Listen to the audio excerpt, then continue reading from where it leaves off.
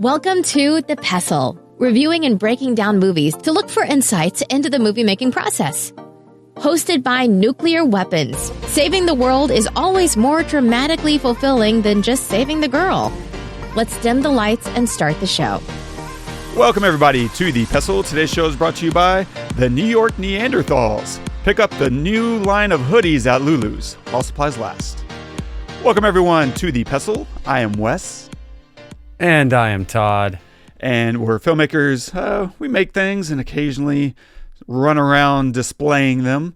I was in a film festival this past weekend at the illustrious Macon Film Festival in Georgia and had a great time. I was telling you before, and I won't go into all the details, of course, but it was nice. I think some filmmakers don't know why they're submitting to festivals. They're just trying to get laurels. They want all the accolades, and that's not a great reason to do it because there's only really like a handful of accolades that the industry will look at with some level of like respect. Like if you get into whatever, Venice or Cannes or Sundance, South by, like there's probably a good 10 or 15 that are like, oh crap, you played that festival? Man, okay. Your craft in writing and, and then you go to those festivals and the networking is probably amazing. But the networking is why you go to any festival. And it's nice, right, to get some confirmation that your work is being appreciated by someone. That means a lot, of course. But the reasons that I submit to the festivals I do isn't because I want the laurels. It's because I want to go there. I want to meet people. I want to see other films. I want to see what everyone else is making. I want to talk to other filmmakers. I want to meet, programmer and see what is it, she's looking at and what makes her lean forward. And I want to meet other producers and see if I can start building out my network because I don't have a very large network. I'm not a natural networker, Todd. I just kind of I either gravitate towards people that I like or I just don't, connect with people. It's kind of one or the other. And so for me, networking really is just making friends. And that's the way it should be. That's the way it's supposed to be. But some people make friends everywhere. Everyone is a friend, and I'm just not that person. I'm friendly to everyone, I believe, but it doesn't necessarily mean that I'm like really excited to keep talking to everyone. Whereas some people just naturally do that.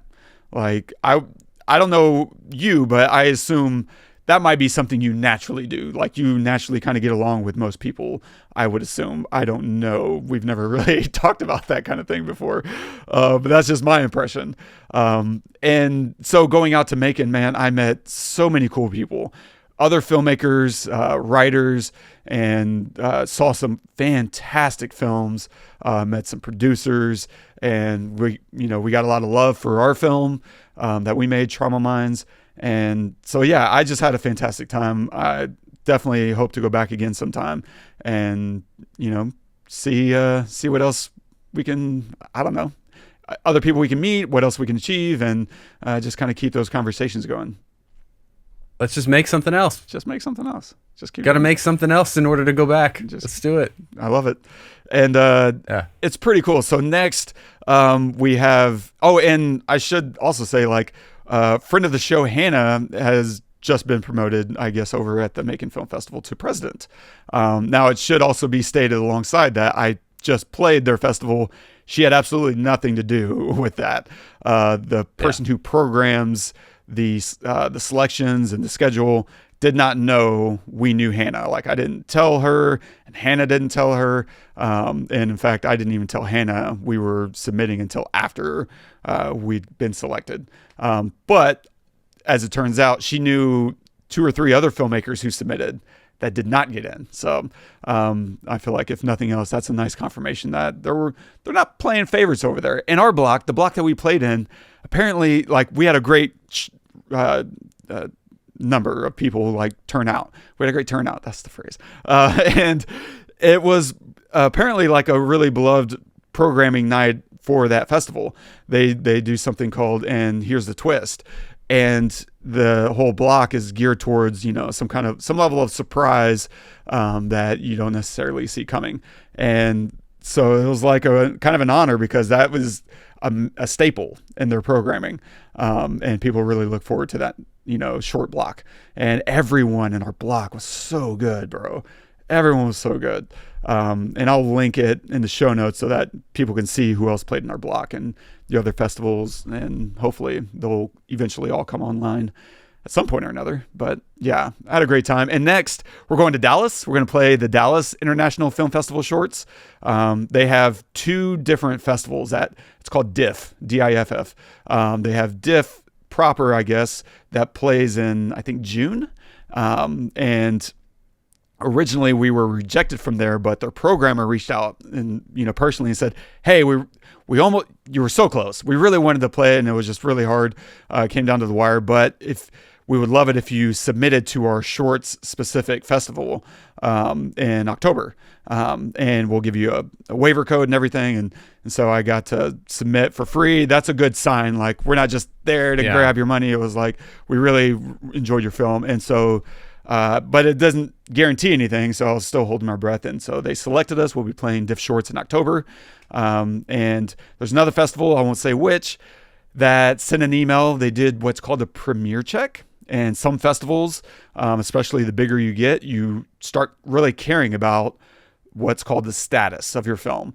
And so they'll start checking to see, they'll do a premiere check. They'll email you and say, where else have you played?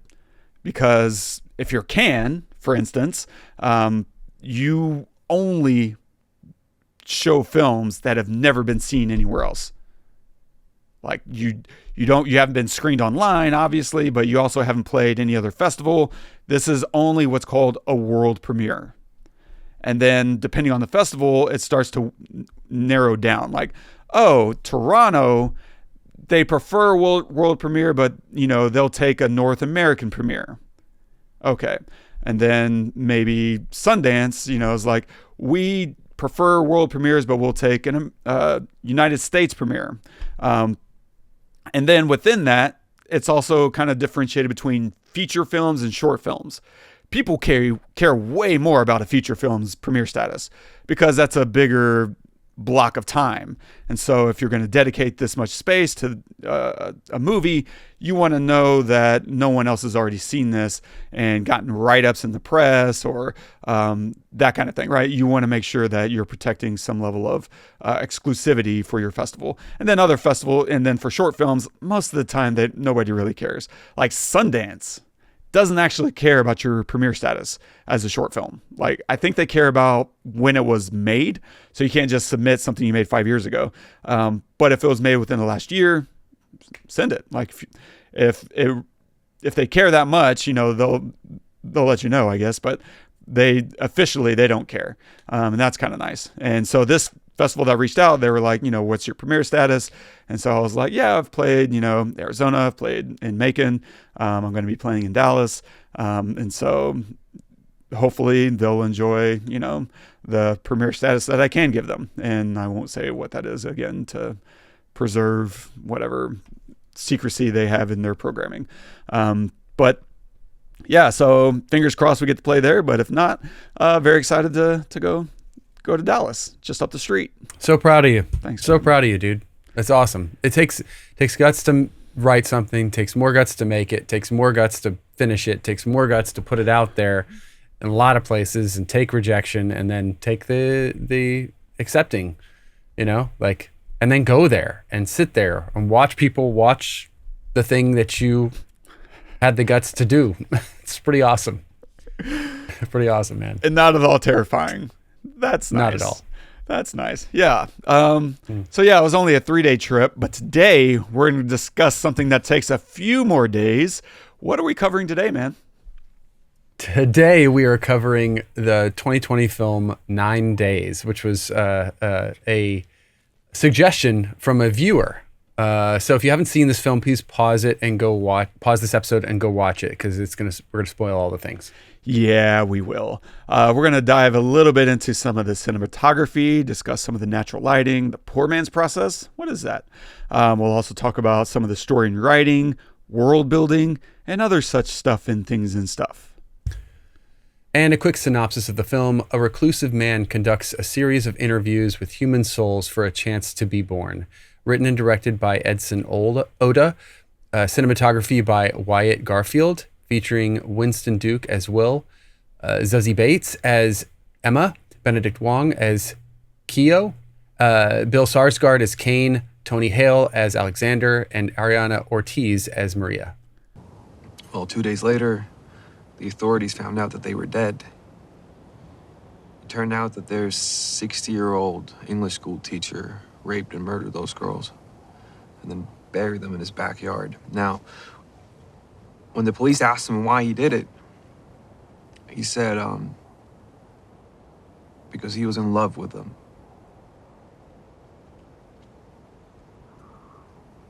I thought that was fucking disgusting. I don't think that was the type of disgusting he was referring to. No, but it's what I find disgusting. Okay. I'm just curious why he decided to bring up this isolated case. Isolated case? Mm-hmm. What do you mean? Stuff like that happens all the time. All the time? Yeah. I feel like you're bringing up an exception. An exception? Are you kidding me? What world have you been watching? The same world you've been watching. I don't think you have. Every single day, someone hurts someone else. Every single day, someone takes someone else's life. Every single day, someone takes their own life. Why are you focusing on that? Why are you not focusing on that? Oof. So we walked into this completely blind. Both of us, which I was surprised that you walked into it blind, honestly. Same. Like, I tend to know about this kind of movie. It's indie, and maybe because it was COVID, maybe it just somehow got lost in the COVIDness. But what was your experience going through this, man? Did it connect? This film was incredible.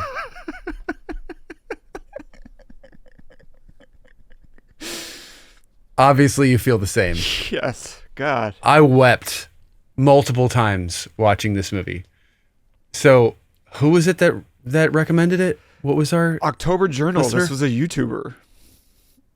God. Man, fuck COVID, because I know that's the reason why this film got lost in the ether. This film is incredible in every way. There's absolutely nothing I would change. I mean, like, if you have to pick something, maybe it could be a little shorter. But even then, I don't think so, because there's so many moments that need to linger and so many things we need to see that add up to the feeling, but don't add to the story itself. Does that make sense? Yeah. So like the editing is really slow, and yet it's fast at the same time. We'll be focusing on one of the candidates who's talking to Will, and then it'll cut to Will, and then we'll cut back and we're at another candidate, right? So it's like we're interchanging between the candidates, and I think that editing is brilliant because it just shows like he's working with all of them, and it shows it really quickly in a succinct way. Yeah. But it's also so slow on purpose, and has these beats that all, if they aren't there, you don't have the feeling later, but they don't add to the story. That's what I'm trying to say. Like, they don't, and so many times we have these episodes where we're saying, you know, it could be shorter. We could cut this out. We could cut that out. And we're right. And in this case, I think I am right by saying you could cut time out, but I think I'm also right in saying if you did, it wouldn't have the punch. Like, it would still be a great movie. You know what I'm saying? You cut 15 minutes, 20 minutes off of this, it would still be a great movie, but it wouldn't have the punch. All the scenes, I mean, we see him watching Amanda's last video. We see him watching it in his room, you know, projected on the wall so many times. You know, we need all of that to have that kind of emotion later on when he's actually having to make this decision of who's going to take her place, who's going to fill her place on the TV wall, right? And I didn't really understand, like, I didn't understand the whole, you know, where we are and why we're there and why Will is the one who's making this decision and what Keo's, you know, role really was there, right? He explains it. He says it out loud. Your job is blah. My job is blah. And I thought that was a brilliant way to eventually tell us what the hell is he doing here? What, you know? And I was okay with that. Like the whole time I was like, what the hell is going on? Who's this old guy walking in the dark? Like, you know, and you know, there's another house with another guy watching, like watching TVs. But I was okay with that because I felt like, okay, eventually I'm going to figure this out. They're going to give it to me. They never really do, but they do in small little ways throughout, right? I mean, you know, you're very good at calling out, you know, naming conventions, right? Will seems like a reference to free will, right? And where we are might be this purgatory place where all of the, I'm sure you've probably seen, you know, like online, like the idea that you and I are here is astronomically insane. The number of people who will never be born is infinitely larger than the people who will be and have been, right? So the fact that we are here in the form that we are, with the mentality that we are, who we are, is in amazing. So what is, like, the idea of who makes that decision? You know, this is a great like just idea of what might go on. Okay, well, we're going to analyze, and who would analyze who should go and who shouldn't? Somebody who's experienced it, right? Somebody who has been alive. And so Keo can't because he wasn't alive, but Will can because he was alive, and he's trying to make these decisions. And I think it also felt like kind of like it was trying to speak to society in general too, of who do we value in society? We value strong people who want justice, right? I mean, Kane wins. Spoiler, Kane quote unquote wins and he gets to be born. He wants justice. He thinks it's gross. He told the story in the clip. He said he thinks this is gross. This is what he sees when he watches the world, right? And Emma doesn't see any of that. What she sees is the love between people. What she sees is the engagement that a mother has with her daughter, that a friend has with another friend.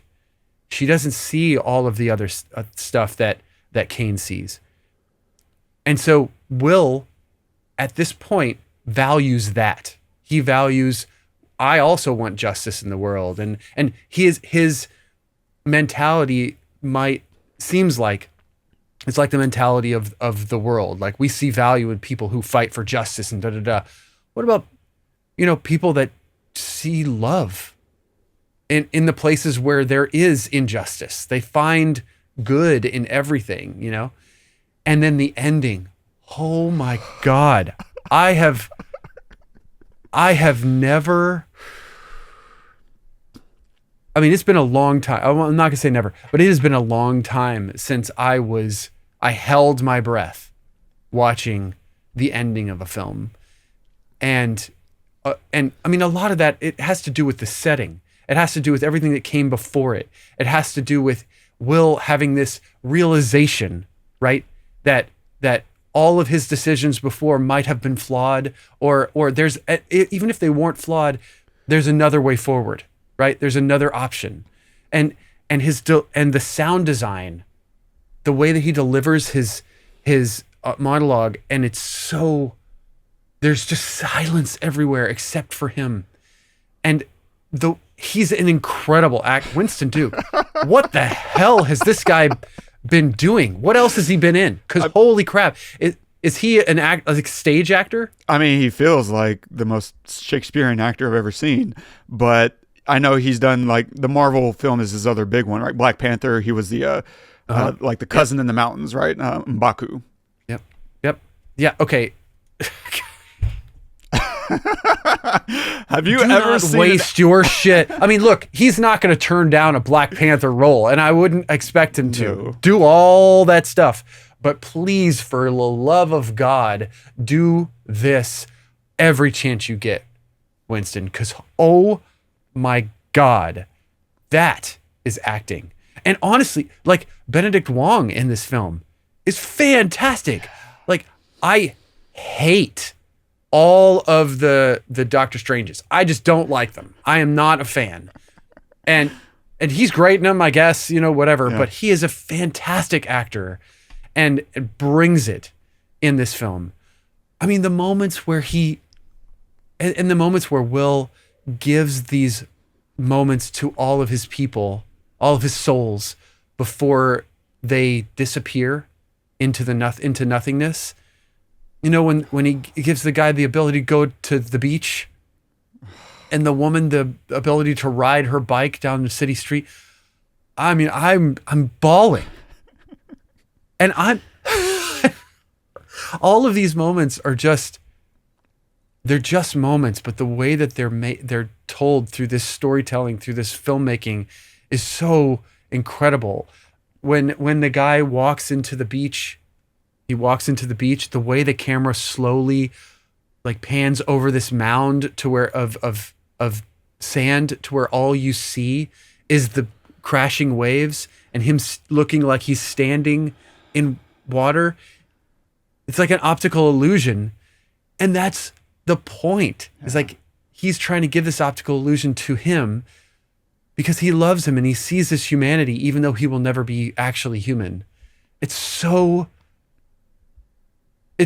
beautiful. Like I get emotion to just talking about it. Like, and the acting of everyone is fantastic. There's not a moment I see a film.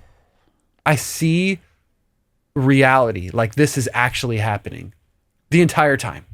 It's masterclass in how to tell a story that nobody knows what's going on. Like, I didn't know what was going on most of the time.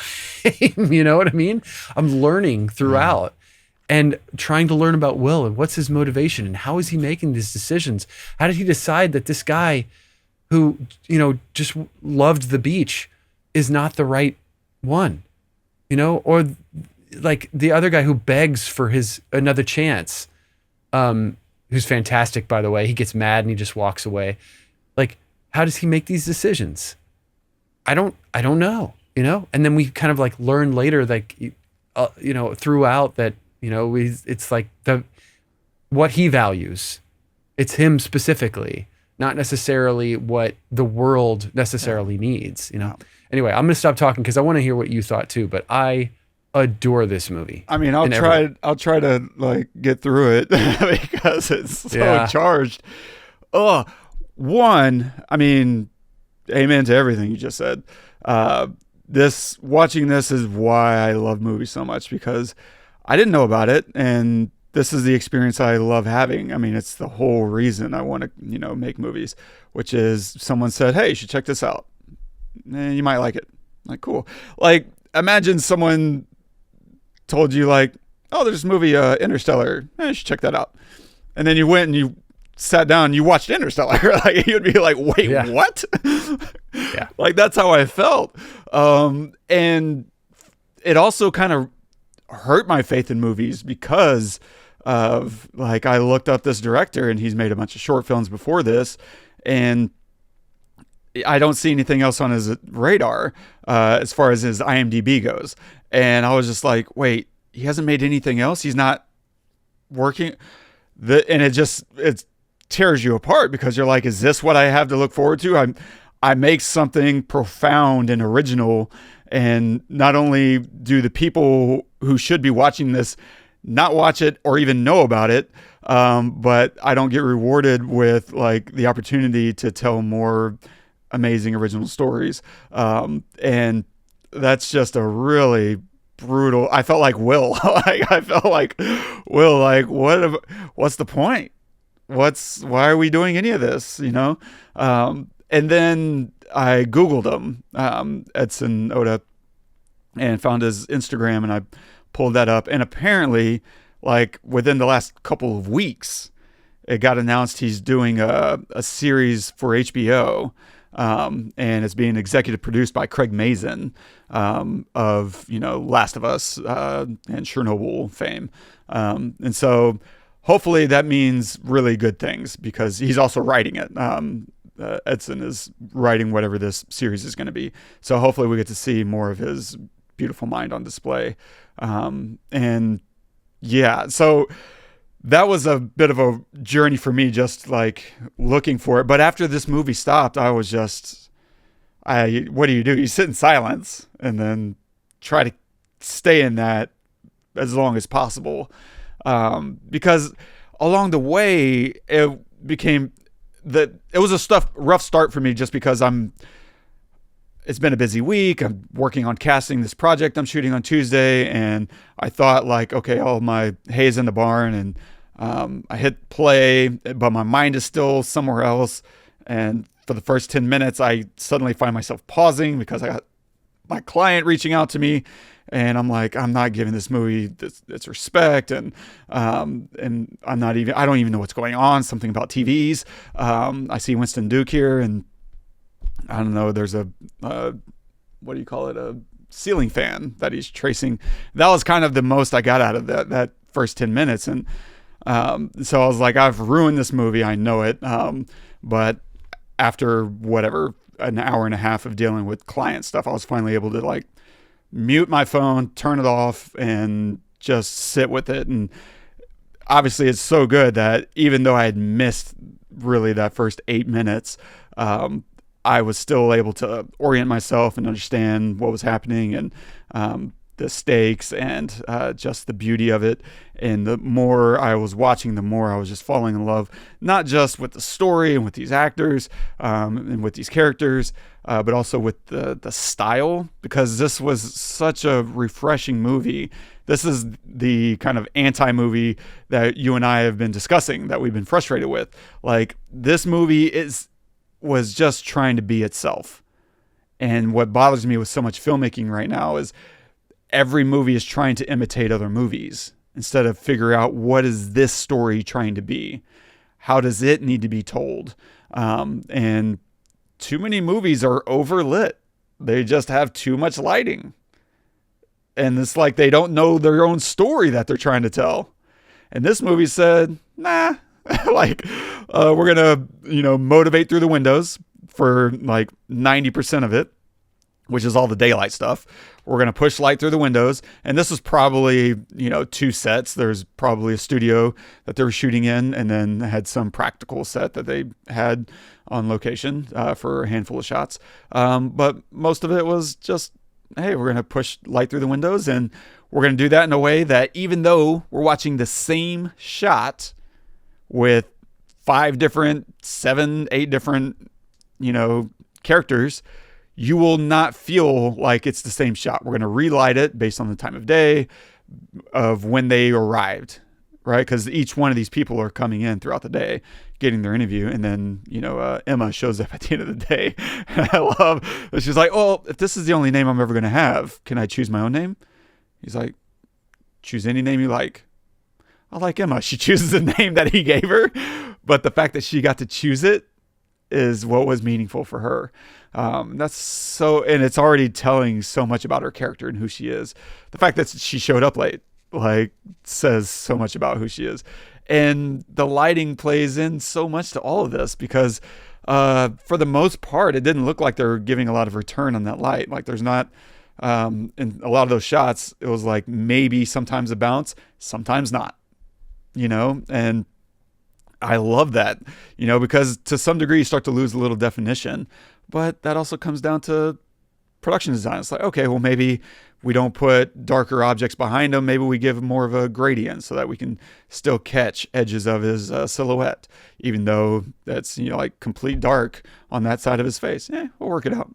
And like when he's in the projection room, the lights are off and then he's talking to Keo and then Keo turns the lights on and everything's perfect, but like you can still make out a lot. And so they use the projector light to silhouette him in a lot of ways, but you can't see his face at all. You just see his body standing.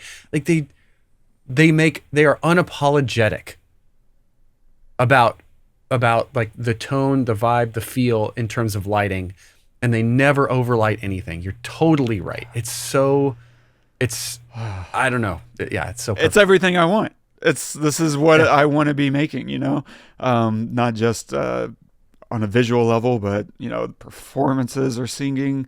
The writing has something to say about life. The editing isn't in a rush, because I completely agree. It is taking its time. You probably could chop off 20 minutes of, is this really like pushing the plot forward? Like, nah. But you know what? This is a character piece. This is a character movie. I've been reading more about different types of writing, and I'm reading a book right now from Orson Scott Card about writing science fiction and fantasy. And he goes through what's called the MICE. I don't know if it's called the MICE quotient, but basically MICE is a MICE. It's an acronym, and it stands for milieu. I already forgot the I. Inquiry. C is for character. E is for event. And each one of those is maybe in different proportions. Every movie has those things. Like milieu is just a location. Like once you get there and once you leave are kind of what defines your story. So if this was a movie about like being trapped in the burning inferno, a burning tower, whatever, like it's all about that location, and it's also about the event of the fire. And so those are your big things, and so therefore you're going to have smaller inquiry and smaller character, and because it's all about getting there and getting out. Wizard of Oz, right? That's a milieu film. It's about getting to Oz and then getting back to Kansas, and then the events. In this story, like this isn't any of those things, right? It has a heavy amount of milieu, but it's not about leaving. It's really just about the space and what the space represents. There's not a lot of inquiry, and inquiry is like a whodunit. Like you're asking a big question, it's a big mystery, and you're going to start to unravel that. Like maybe Interstellar has elements of inquiry, whereas character and what kind of defines what your story is what begins and ends your story, right? So Wizard of Oz, you really begin with her getting swept away in a tornado to Oz. And it really ends the moment she gets back, right? She gets back, says hi, and credits. Like, we're out. And so that should raise the inquiry of like, okay, well, what defines a character film? Like, what is that? And so obviously it ends with Will finding his will to live. I think that's, whenever I hear will in this context, I'm thinking about his just will personally of existing and finding a reason to keep going despite all these things that Kane is talking about. Kane is talking about a teacher who took his students and destroyed them. And he's like, how can I possibly see anything else in the world when this exists? And that's the wrestling match that Will is going through, because he used to be Emma. But he's starting this movie as Kane. And that's when our story really kicks off, is whenever Amanda dies. That's our big inciting moment, because it kicks off like his existential crisis of, who am I going to send into this world? I can't do that again. I can't send another Amanda to the slaughter, into this war zone, right? All the ways he describes it to Keo. And Keo's like, what are you seeing? What is this? What are you talking about? Your voice doesn't count, Keo, because you haven't seen what I've seen. You've only witnessed it from afar. You haven't felt it. And I felt the things that Amanda felt. And I didn't realize when I sent her, I was sending myself. Like, that's a really powerful statement for him to get swept up in someone else's hope. Because we then have to start imagining, like, what was his interview like with Amanda? Like, what did he see there? And we see, what's really interesting is whenever you see that little moment from her as a kid, she gets the crayons, and he's revisiting those memories of her getting the crayons and making one of her drawings. And she's drawing this house in the desert. She's drawing Will, and she has this imaginary friend named Will. And her mom was like, well, do you talk to him? She's like, not really. And she's like, well, who is he? She's like, he's a friend. And if you look at that picture of Will, he's happy. That was the version of Will that existed. We don't get to see that, and that's what makes the ending so powerful. Because you get to the end, And it's Winston Duke just charting a course through his character's journey of like, it's so hard to play a somber character and still just hold the frame. Because you can underdo it, you can undercook it, and then you have some people who can just enthrall you, right? That's the Denzel effect. That's Clint Eastwood, who can really just do nothing on frame, but yet be so compelling.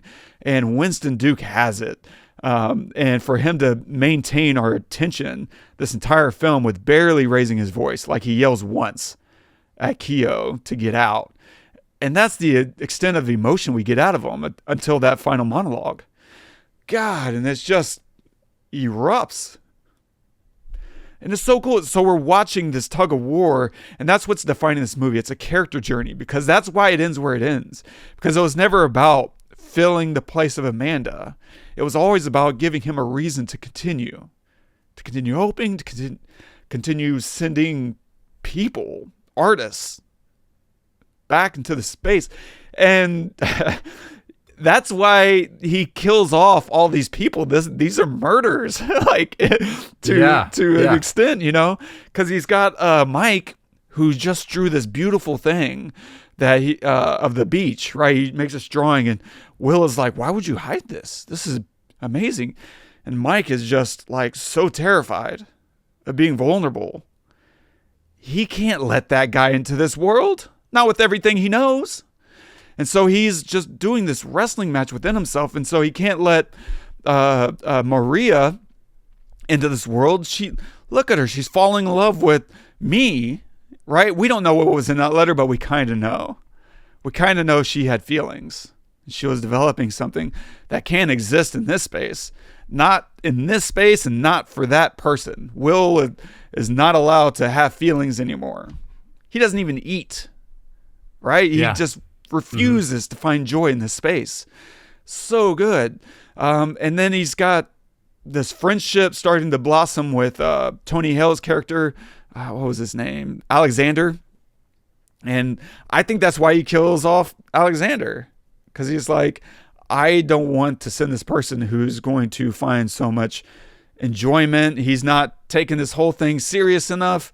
And I need someone who's going to take this seriously. Like, this guy's afraid to look at the violence in the world.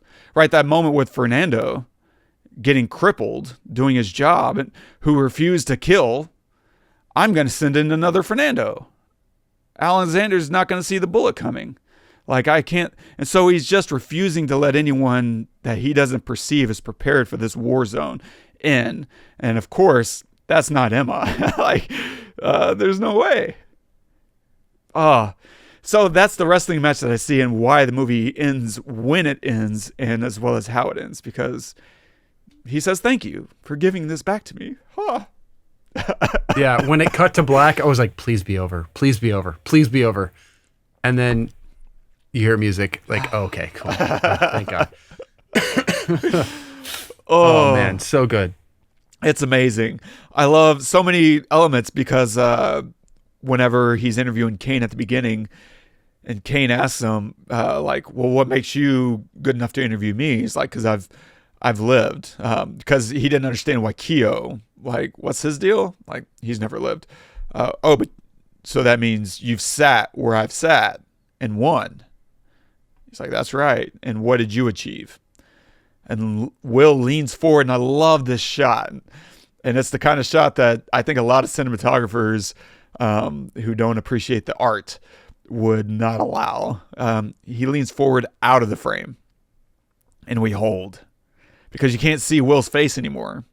And whenever he speaks, he's hiding everything, and he refuses to answer the question. I'm afraid I can't reveal that to you. And it's a beautiful shot, beautiful writing, because this is everything Will is trying to do. He's trying to numb and protect himself, just like Emma is accusing him of. And I love that shot. It gave me big Steve McQueen vibes. If you've ever seen like Shame, like Steve McQueen is great in just finding a space for the camera to let the performances kind of roll in and out of the frame. And I just love that type of filmmaking. I made a film Wax. It's not public, but I made a film Wax that's doing the exact same thing, where it's just like you're having to lean forward and engage with the film, engage with the story, because it's not going to come to you. You got to go to it. And then I love another shot when Emma shows up late and she's eating her peach and she's offering him one. And he's like, nah, I don't get hungry. She's like, well, that's not what eating's about. He's like, that's why I don't eat. And he closes the door on her and she starts talking to him through the door. What's it like being alive? And we cut to the split screen of Emma on the left, and she's bathed in all these warm tones because she's actually living. She's asking what it's like to be alive, but there she is going through this, liminal space, actually living. And here he is on the right side of the frame in this cool, lifeless blue. And he's just refusing he's not answering the questions. He's not living, with the life that he still has. And it's just beautiful shot. And it probably took some work to get because, you can't just set a camera there.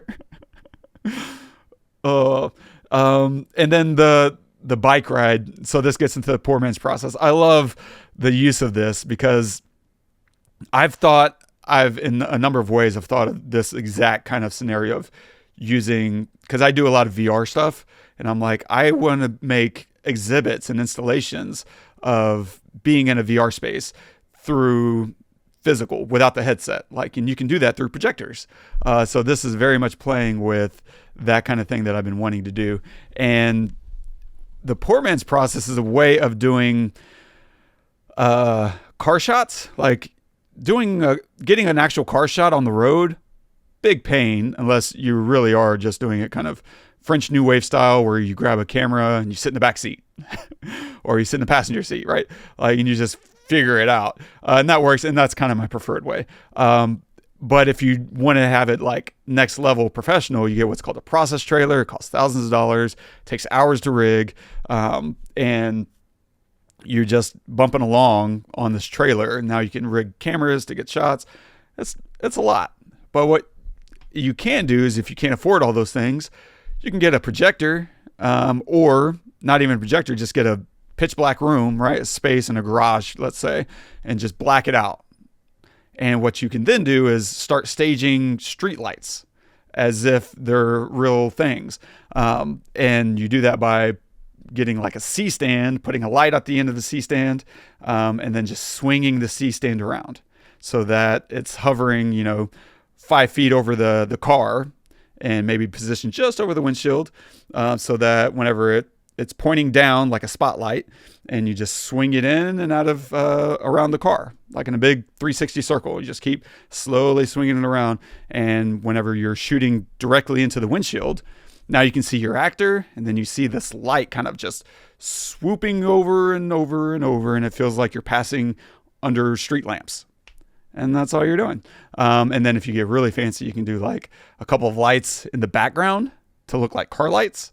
And if you rig it right, it could either be a motorcycle, and you can do all kinds of fun things. But that's the basic idea of a poor man's process. Get in a black room, get a car, put someone in the driver's seat, and maybe get some dash light, to give them a soft, low luminance, and then just swing a light overhead. Some people don't even use C-stands. They just literally handhold it and swing it over the windshield, and then wait a few seconds and then do it again. And that's fine. It works. And that's what they're doing in this movie. You see Keo out of, sitting at the top on a ladder, just over those projector screens, and he's just swinging that light to give her the feeling of she's, biking down a street lit at the night, in the nighttime. And it's so fun to use that kind of industry technique for the actual story. It's, ingenious, and it feels cool. But I also love, the feeling that you get whenever he pushes those projector screens forward and it starts to fill the frame. Oh man, that's a very visceral feeling. That's pretty cool. So cool. So cool. And it just keeps coming in, and it becomes more and more and you become more and more engaged with what's happening, and just the editing and the music That's the other thing. The music in this film is just flawless. It's absolutely perfect. It's delicate. It's pointed. It's motivated when it's there, when it's not. In the moments where he's giving these people, I'm going to call them people. He's giving these people their request. Those moments are just so beautiful. Like they're, and it's the editing, it's the acting, it's the setting that the writer, that Edson has put them in, right? Of like, and the way that Will executes it, just so good. I mean, I can't even put it into words. Like it's why films are so good. It's why films are so important, these moments. And since COVID, I mean, I just haven't had an experience like this. Yeah. I am not surprised at all. I'm going to call this pre-COVID because it was shot pre-COVID. Right? It was supposed to come. Yeah. It came out in 2020. It was shot pre-COVID. So this is another great example of a difference between pre-COVID filmmaking and post-COVID filmmaking. I'm not saying that this can't happen now. It definitely can. It's just, I think maybe, filmmaker, not necessarily filmmakers, but like studios want people to go to the theater. And so how do you do that? You light things really brightly. You have, a lot of action, like excitement or laughs and things. This is none of that. It's underlit most of the time. Like muted colors all of the time, silence all of the time. There's location. One location. There's literally no action the entire time. And yet a movie like this is the reason why movies are made. Like it's such a shame, not just for this film, but just in general, but at the same time, like, and you were talking about this earlier, like I'm so happy that you mentioned that Edson Oda is going to be able to like make something else, and he's going to write it, and it's going to be for HBO and everything, because I feel like a movie like this was made for himself. Like he made this exactly the way that he wanted to make it, and kudos to the studios for allowing that, right? And that's the point of art. We talk about it all the time on this. Yes, of course you want it to be successful and well received by everyone, by the world, and seen for the beauty that it is. But at the end of the day, he can go to sleep at night knowing he made it the way that he wanted to make it, and he's super proud of it. Like fail in your own way. Like fail. What is it? What there's a terminology for it. Like not fail big, but what is it? I don't know. Something like fail making the thing that you want to make, not making the thing that other people want you to make. Because at least you made the thing that you wanted to make. And I hope that he looks back on this and he is super proud of this, because this is so affecting for me, obviously for you, like for people who really love film and storytelling and the artistry that it takes to make something like this.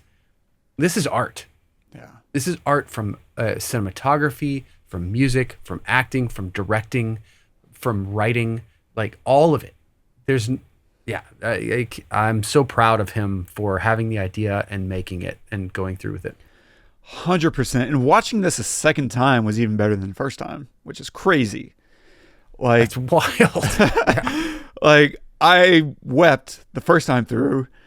I wept like way more the second time through. Like, I suddenly was recontextualizing everything along the way, because once you get to the end and you see who Will really is, you start to recontextualize all the things he's doing throughout, the film, which is like those moments when he's doing his recreations. He's doing that. That's a part of who he is. I don't think other people are doing this. Other interviewers aren't doing this, but this is who Will is. He's a theater guy.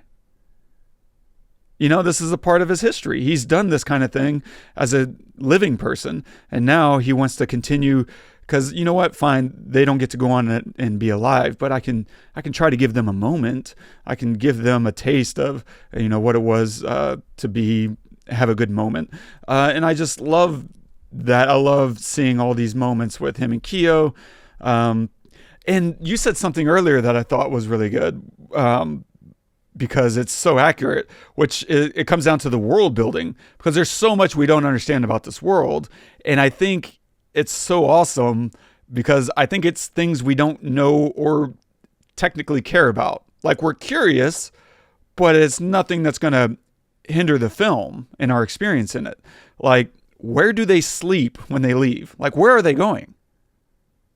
We have no idea, and they don't tell us. What is the day? Yeah. What is a day? Who hired Will and Keo to interview select? And I love that Keo kind of invokes that, like, a little bit. He doesn't talk about who hired them or where they came from, but he talks about the idea that maybe we got here through another interview process from someone else, and they're watching us.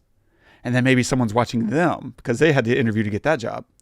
And then someone who watches them. And I love that it's hinting at there's a lot that they don't understand about their own universe, but he's wondering about it.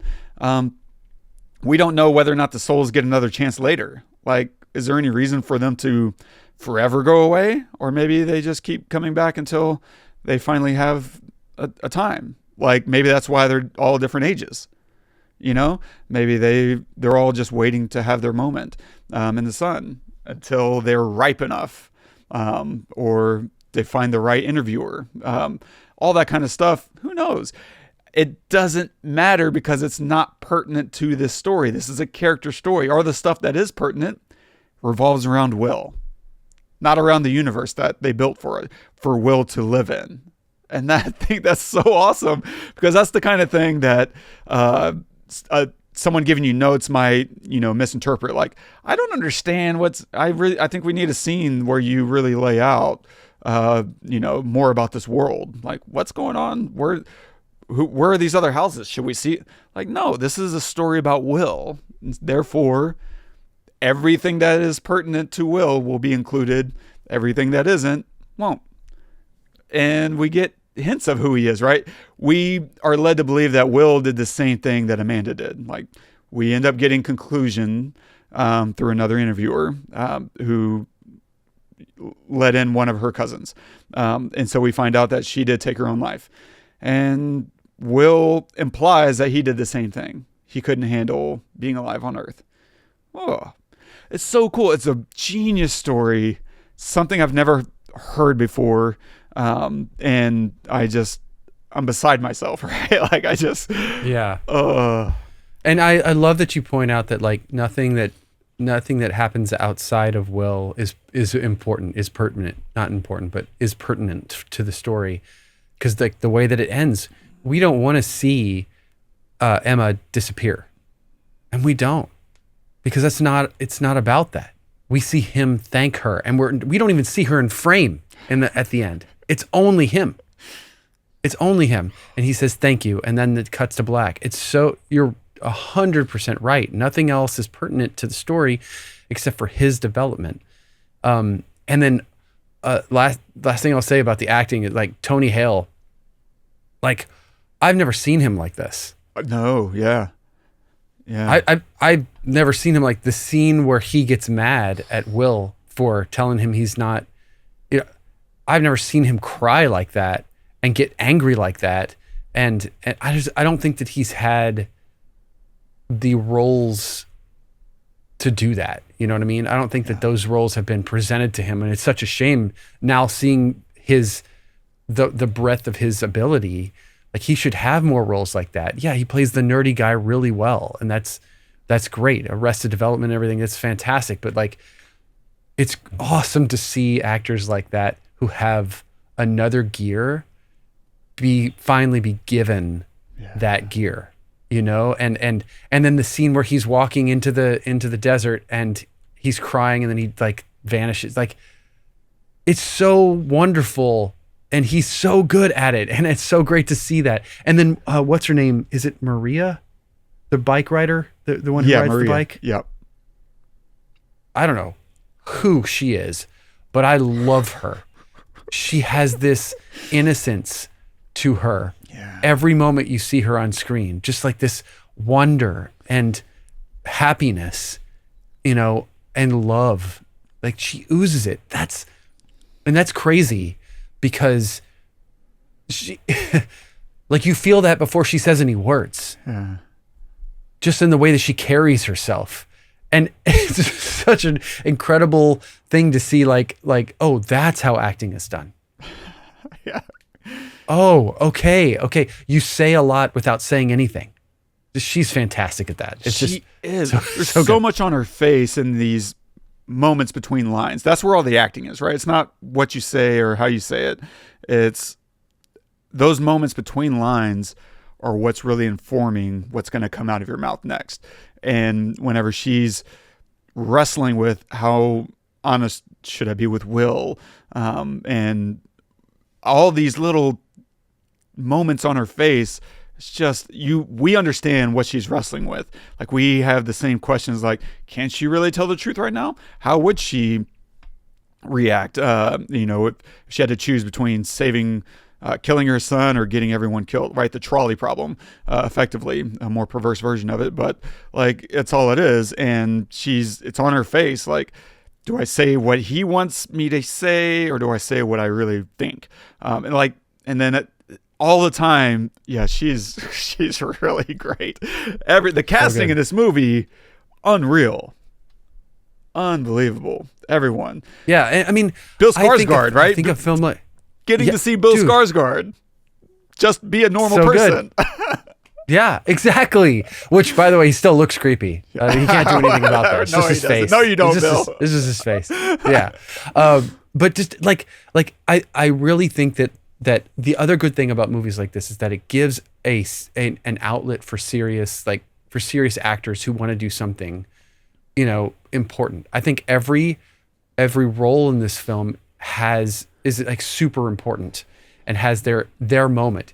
He gives, I say he, I mean Edson, gives every single character a real moment. And so no matter who you're cast as, you have like this like, oh, I get to do this as an actor, I get to be this way. I get to have awe. I get to have sadness. I get to have anger or whatever it is. And for it to be real and visceral, like it's a great conduit that has been given to these actors, as opposed to, maybe you have like a small part in something else or, whatever. And you just need to kind of like be there to deliver information, right? Instead, they are there to like convey an emotion or a feeling or a moment, convey a moment, right? Like, and it's such a beautiful thing to be able to give actors that, right? Because this is what they want. This is what actors want. They all want this film where all of them get to be exactly like an emotion and a moment at some point in a film. It's fantastic.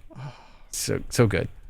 Well said. Let me see if I have any trickling notes or thoughts. The recreations are really interesting. I again love the idea of using that projector, because shooting a one location film is really intimidating. How do you keep the audience interested? And finding this kind of lo-fi way of adding all this visual interest that plays with the story and also gives something interesting visually to do for your characters, and for the audience to engage with was just wonderful. And letting Emma be our avenue through that. Like we're watching it through her eyes, instead of through Will's eyes.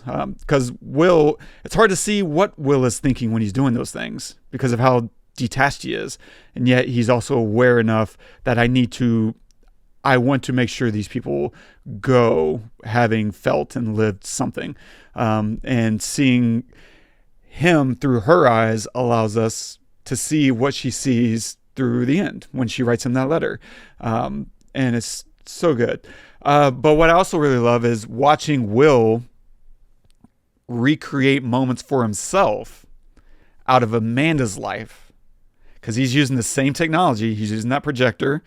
He's putting it on the wall, and it's so nice because it's so much in keeping with what he's wrestling with inside, because he keeps wildly oscillating between these beautiful moments from her life and also fixating on her death. And that's so powerful because he doesn't know what to focus on. He doesn't know, can I celebrate these moments, right? But why do I keep drawing? Why am I so fixated on why she died? Because she took her violin with her. That meant like she wasn't doing this on purpose. Well, maybe this was the one thing that she loved in life that she wanted to take with her, you know? And then you see also Will dramatically acting out like the concentration scene. Like, it even surprised Keo. Keo's been there for a lot of stuff, but for him to be like, whoa, what is happening right now? This is too much, Will. Like, this is clearly unusual. Like, but this is something that he is still fixating on, all these negative things.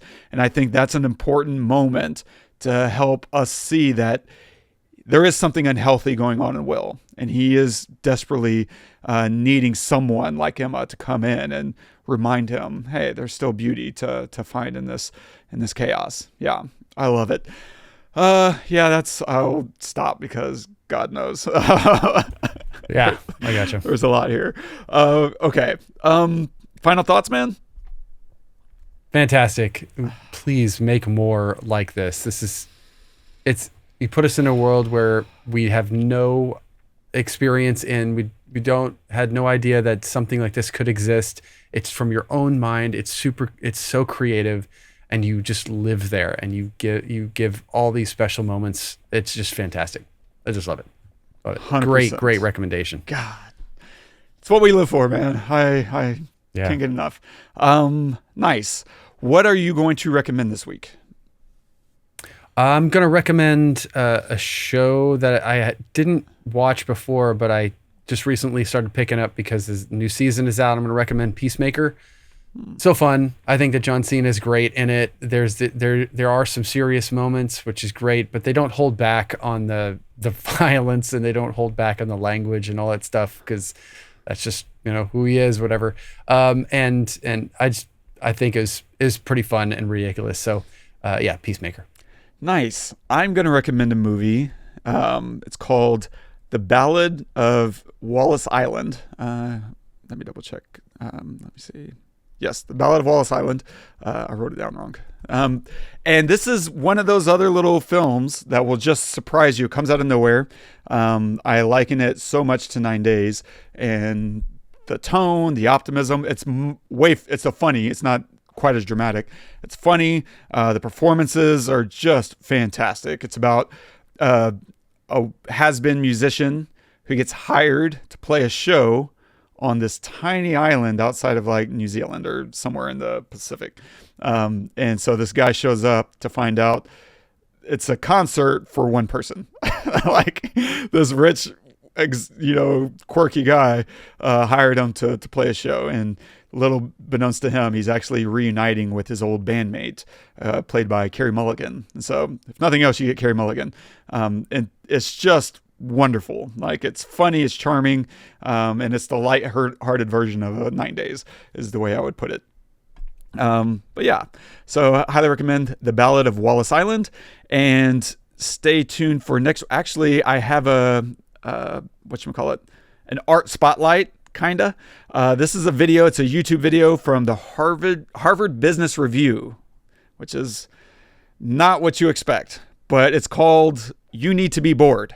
It's like a 5-minute video, and this guy is talking about you need to be bored.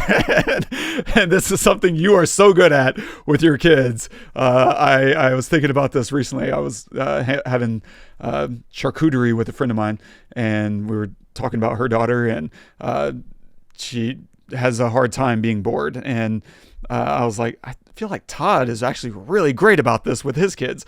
And so this video is making a very compelling case about the need for boredom, and it'll surprise you.